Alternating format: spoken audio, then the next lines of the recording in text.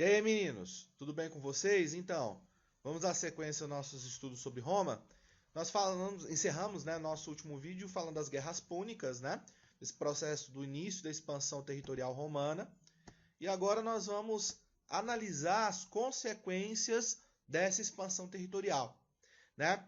Até então, Roma tinha uma economia baseada, né, na agricultura e na utilização da mão de obra escrava. Nós vamos perceber a intensificação, né, dessa dependência da mão de obra escrava, da agricultura, né, do latifúndio, inclusive, né, e também, obviamente, a questão da ampliação do comércio com a conquista das rotas do Mediterrâneo, depois das guerras púnicas, obviamente. Então, primeira coisa que nós vamos observar é o crescimento do fluxo de riquezas para a cidade de Roma. Então, é notório, né, que esses conflitos, à medida que Roma anexa territórios, conquista novos povos, aumenta suas terras, aumenta a disponibilidade de mão de obra escrava e também aumenta o número de pessoas, né, vamos dizer assim, de população que vai pagar impostos a Roma. Então, obviamente, isso faz com que a disponibilidade de recursos em Roma seja maior, né?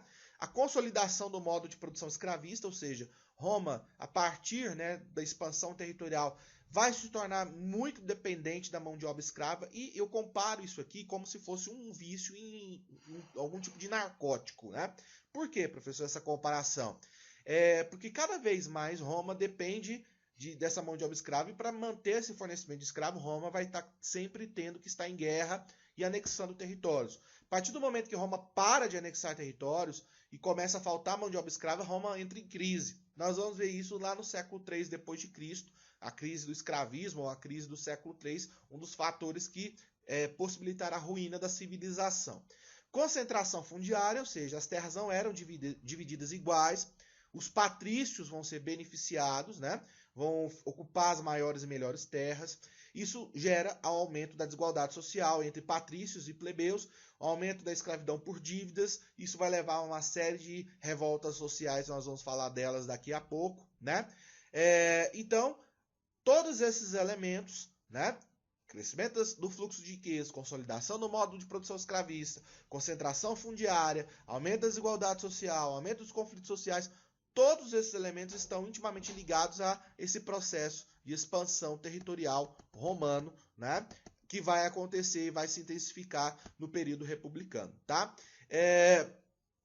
Esse aumento, né, de conflitos sociais leva o Senado romano a fazer, né, uma série de reformas, de medidas aí para poder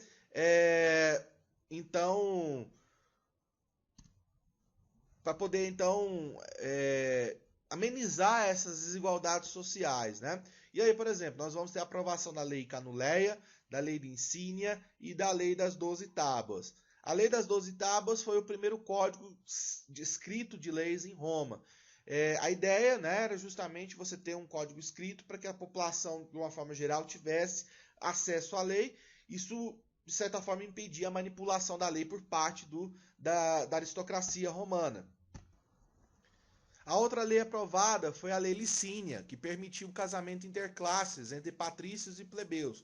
Lógico, né, pessoal, que isso é uma exceção. Não acontecia, né, esse casamento interclasse, até porque eu já expliquei isso para vocês, que é muito difícil, obviamente, um patrício da elite vai se casar com uma plebeia, né, uma mulher de classes sociais diferentes. Isso não é muito comum, não. E a Lei Canuleia, que vai proibir a escravidão por dívidas, né? Então são medidas que tentam atenuar esse cenário de instabilidade muito presente aqui em Roma nesse período, tá? Além disso, o Senado permitiu a criação da chamada Assembleia da Plebe, né? Que é um órgão que vai representar, né, perante a sociedade romana os interesses dos plebeus. Mas lógico, né? O Senado é a instituição romana mais poderosa no período da República. A Assembleia da Plebe jamais ela vai ter como competir de igual para igual com o Senado. Isso é óbvio, tá? Então, era um organismo que existia, mas na prática não mudava muito a situação geral da camada, né, dos plebeus de uma forma geral.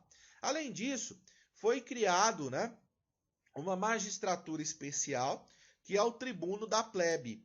E essa magistratura, ela representava os interesses da plebe no Senado. Então a Assembleia da Plebe escolhia o tribuno e o tribuno atuava no Senado. E aí eu vou destacar a atuação de dois tribunos da plebe, né? Que foram os irmãos Tibério e Caio Graco, os irmãos Graco. Os dois levaram a ideia e a proposta de reforma agrária, né, para o Senado romano, ou seja, formas de limitar o tamanho das propriedades por parte dos patrícios, redistribuição de terras, até porque esse era o real problema da desigualdade social em Roma. Quando você tinha uma camada que não tinha terra e outra que tinha muita terra, isso gerava esse descompasso. Lógico que os patrícios não vão aceitar, né, os senadores romanos não vão aceitar perder privilégios, e o que acontece com os dois irmãos, tanto Tibério como Caio Graco, vão ser vítimas de conspiração e vão ser assassinados, né?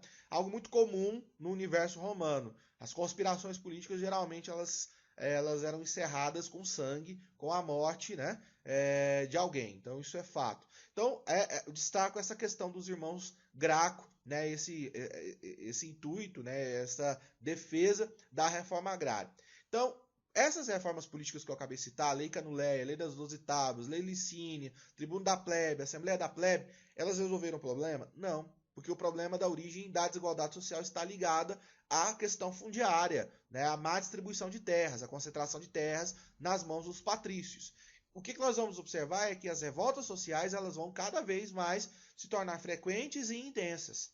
E isso leva o Senado a acionar o mecanismo dos ditadores. Então, uma coisa leva a outra.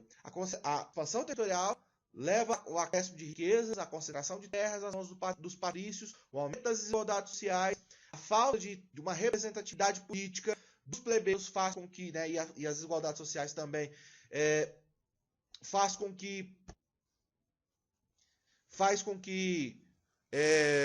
esses conflitos aconteçam, né? E a saída para esse conflito é a convocação dos ditadores, beleza?